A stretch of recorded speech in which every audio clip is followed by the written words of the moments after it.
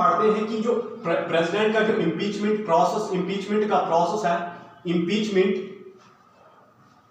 Impeachment of the president, यानी president का जो इम्पीचमेंट का प्रोसेस है वो किस तरह से प्रेसिडेंट को इम्पीच किया जा सकता है, यानी उसको अपने पोस्ट से, अपने ऑफिस से कैसे हटाया जा सकता है, उसके लिए उसको, इस प्रोसेस को हम कहते हैं impeachment process of the president. जैसे कि मैंने आपको बताया, जो प्रेसिडेंट का जो टेन्योर होता है वो 5 साल का होता है, लेकिन अगर प्रेसिडेंट जो है 5 साल यानी अपना टेन्योर पूरा करने से पहले ही उसको अपने यानी प्रेसिडेंटशिप से हटाया जा सकता है बाय द पार्लियामेंट। किस बेसिस पे? On the grounds of violation of the constitution. अगर आपको आ जाता है on what ground the president can be impeached, किस ग्राउंड पे यानी किस बेसिस पे प्रेसिडेंट को इम्पीच किया जा सकता है, तो you must know that there is only one ground, सिर्फ एक ग्राउंड है, एक काज है जिसकी वजह से प्रेसिडेंट को इम्पीच किया जा सकता है। वो क्या है? वो है वायलेशन ऑफ द कॉन्स्टिट्यूशन। क्या है? वायलेशन ऑफ द, यानी कानून का उल्लंघन करना, वायलेशन ऑफ द कॉन्स्टिट्यूशन, यानी कॉन्स्टिट्यूशन का वो है वायलेशन। अगर पार्लियामेंट को ऐसा लगता है, सरकार को ऐसा लग रहा है या पार्लियामेंट को ऐसा लग रहा है कि प्रेसिडेंट साहब ने कानून का वायलेशन किया है, तो उसके बेसिस पे क्या होगा? प्रेसिडेंट को इम्पीच किया जा सकता है। अब हम आगे प्रोसेस पढ़ेंगे कि इम्पीचमेंट का प्रोसेस जो होगा वो क्या होगा, लेकिन उससे पहले हमें इतना पता होना चाहिए कि जो प्रेसिडेंट को इम्पीच किया जाएगा उसके लिए कितने ग्राउंड से? सिर्फ एक ग्राउंड है, वो क्या है? Violation of the constitution. और आपको इतना भी पता होना चाहिए, ये जो पैरा जो है वायलेशन ऑफ द कॉन्स्टिट्यूशन, जो कॉन्स्टिट्यूशन का जो इम्पीचमेंट का जो प्रोसेस है, वो इम्पीचमेंट प्रेसिडेंट होगा सिर्फ एक ग्राउंड पे होगा। वो ग्राउंड कौन सा है? Violation of the constitution. लेकिन अगर आपको स्टेटमेंट में ये आता है कि जो पैरा जो वायलेशन ऑफ द कॉन्स्टिट्यूशन है, क्या इसका मीनिंग जो कॉन्स्टिट्यूशन में दिया हुआ है? नहीं दिया हुआ है भाई साहब। There are many terms in the constitution जिनको क्लियरली डिफाइन नहीं किया गया है, उसी तरह से यानी जिनको डिफाइन नहीं किया गया है, उसी तरह से वायलेशन यानी प्रेसिडेंट जो है on the grounds of the violation of the constitution जो है उसको इम्पीच किया जाएगा। लेकिन वो वायलेशन ऑफ कॉन्स्टिट्यूशन उसका क्या होगा, उसको कॉन्स्टिट्यूशन में डिफाइन नहीं किया गया है। लेकिन पार्लियामेंट की नजर में अब violation of the constitution president का क्या हो सकता है? वो ये हो सकता है अगर प्रेसिडेंट क्या करता है, वो जो है ही इज इनकैपेबल। वो क्या है? इनकैपेबल है। वो क्या है? इनकॉम्पिटेंट है।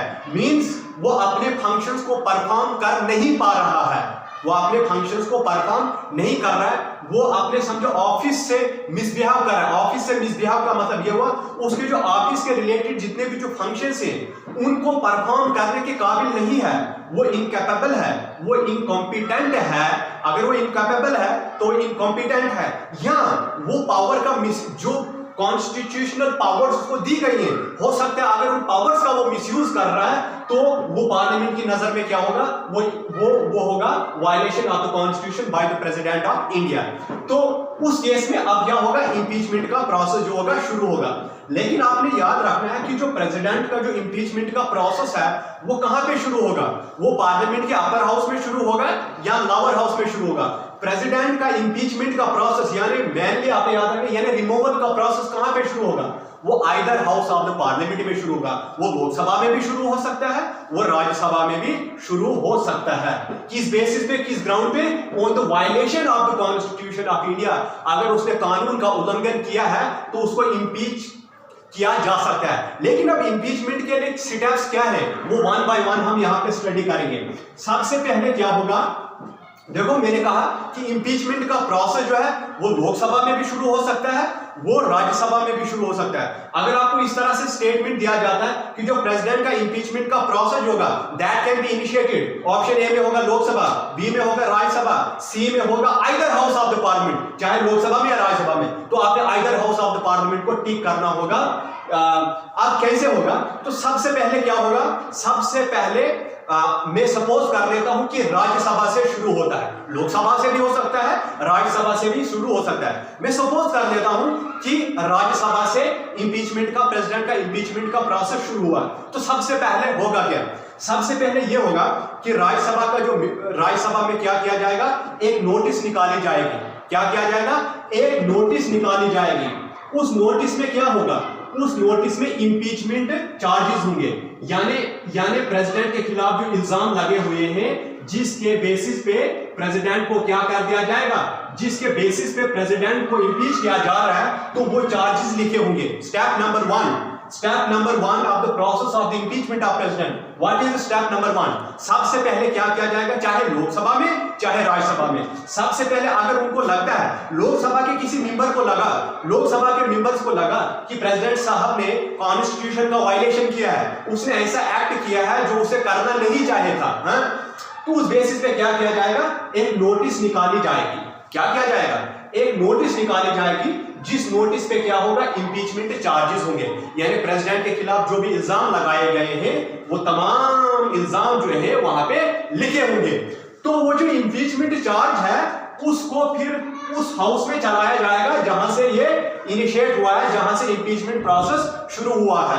तो उस वो नोटिस सपोज कहां से शुरू हुई, वो नोटिस मैं रख लेता हूं राज्यसभा में वो नोटिस शुरू हुई, यानी उस नोटिस को, वो नोटिस इनिशिएट हुई, कहां से इनिशिएट हुई, यानी राज्यसभा से इनिशिएट हुई।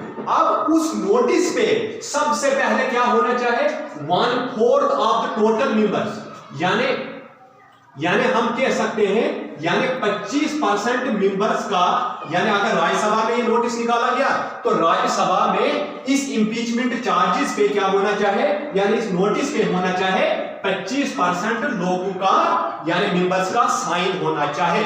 तो ये पहला स्टेप होगा। पहला स्टेप क्या होगा कि जिस हाउस में ये नोटिस निकाला गया है प्रेसिडेंट के खिलाफ, यानी प्रेसिडेंट के खिलाफ जो चार्जेस जो हैं वो लिखे गए हैं, तो उन चार्जेस पे, उस इंपीचमेंट चार्जेस पे क्या होना चाहिए, 25% मेंबर्स का साइन होना चाहिए।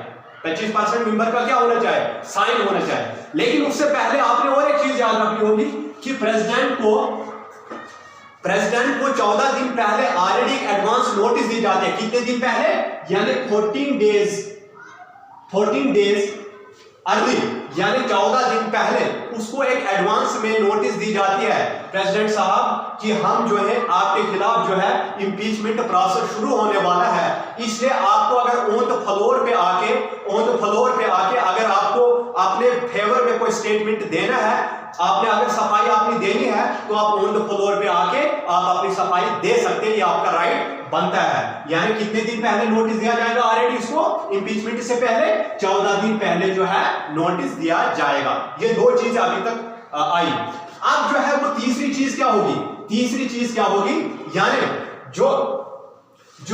यानी इंपीचमेंट चार्जेस जो है, इंपीचमेंट चार्जेस पे, यानी 25% मेंबर का उस हाउस में क्या हो गया है, यानी 25% मेंबर ने साइन किया हुआ है।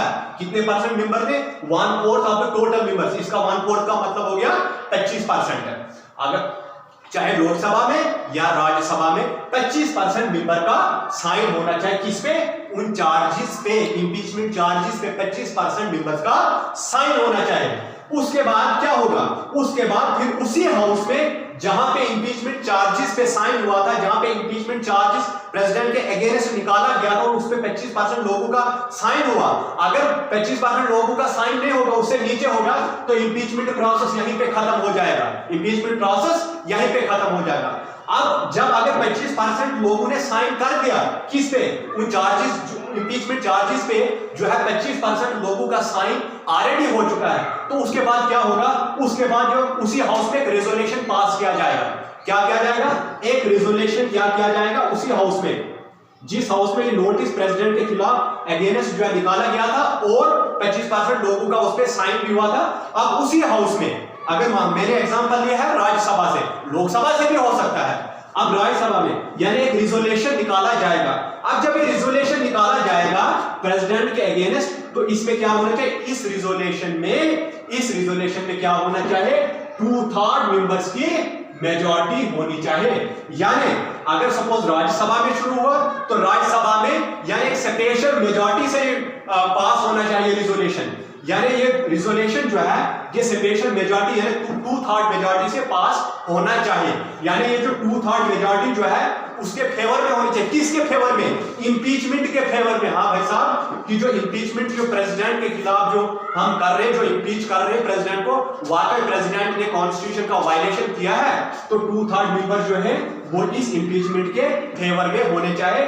तो हम कह सकते हैं कि जिस हाउस में ये इंपीचमेंट प्रोसेस शुरू हुआ था तो उसमें क्या होना चाहिए? 2/3 उस रिजोल्यूशन में 2/3 मेंबर की क्या होनी चाहिए? मेजॉरिटी होना चाहिए। तो हमें पता चला कि प्रेसिडेंट को हटाने के लिए ये सबसे पहला स्टेप जो होगा इधर यहाँ पे जो सपोज राज्यसभा में शुरू हुआ या लोकसभा में। अब जब सपोज हमने लिया कि राज्यसभा में इंपीचमेंट प्रोसेस शुरू हुआ तो इसमें क्या जो रिजोल्यूशन पास हुई है उसमें 2/3 मेंबर की मेजॉरिटी होनी चाहिए। कितने मेंबर्स की मेजॉरिटी होनी चाहिए? 2/3 मेंबर की मेजॉरिटी होनी चाहिए। किसके फेवर में? इंपीचमेंट के फेवर में। यानी उस रिजोल्यूशन पे 2/3 मेंबर की क्या होनी चाहिए? यानी मेजॉरिटी होनी चाहिए उस रिजोल्यूशन पे। अब ये जो है पहला प्रोसेस शुरू हो गया, ये प्रेसिडेंट का जो है पहला प्रोसेस शुरू हो गया। अब ये रिजोल्यूशन क्या है? राज्यसभा में शुरू हुआ था और राज्यसभा में 2/3 मेंबर्स की मेजॉरिटी भी हुई इसके फेवर में। किसके फेवर में? इंपीचमेंट के फेवर में। अब ये जो रिजोल्यूशन है ये दूसरे हाउस में जाएगा। राज्यसभा में पहले था तो अब कहां जाएगा? लोकसभा में। अगर पहले लोकसभा से शुरू हुआ होता तो फिर राज्यसभा में आता। अब ये रिजोल्यूशन जो है वो लोकसभा में जाएगा। अब लोकसभा में सबसे पहले क्या होगा?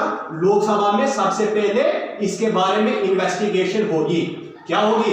इन्वेस्टिगेशन होगी। यानी लोकसभा में एक इन्वेस्टिगेशन कमेटी बनाई जाएगी जो कमेटी इस चीज का पता निकालेगी वाकई ये जो चार्जेस प्रेसिडेंट साहब के खिलाफ लगे हैं, जिन चार्जेस के बेसिस पे हम प्रेसिडेंट को उसके ओहदे से हटा रहे हैं, क्या ये चार्जेस दुरुस्त है या ये चार्जेस सही है या ये चार्जेस है गलत है।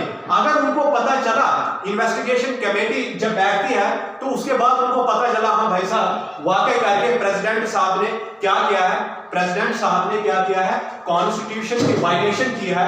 प्रेसिडेंट साहब ने कॉन्स्टिट्यूशन की वायलेशन की है तो फिर यानी ये रिजोल्यूशन जो है ये अब क्या होगा? ये रिजोल्यूशन जो है लोकसभा में भी पास होने वाला है। यानी ये रिजोल्यूशन क्या होगा? अब लोकसभा में भी पास होगा। तो लोकसभा राज्यसभा से पहले रिजोल्यूशन पास हुआ तो राज्यसभा में कितनी मेजॉरिटी होनी चाहिए उस रिजोल्यूशन के फेवर में? यानी उस रिजोल्यूशन के फेवर में क्या होनी चाहिए? 2/3 of the members of the total members की यानी एक स्पेशल मेजॉरिटी होनी चाहिए। स्पेशल मेजॉरिटी की मतलब 2/3 ऑफ द टोटल मेंबर। अब जो है ये क्या हो गया? दूसरे हाउस में चले गया या मतलब कि लोकसभा में चले गया। जब ये लोकसभा में चले गया तो लोकसभा में वहां पे क्या होगा? सबसे पहले इन्वेस्टिगेशन होगी। एक इन्वेस्टिगेटिंग कमेटी बिठाई जाएगी।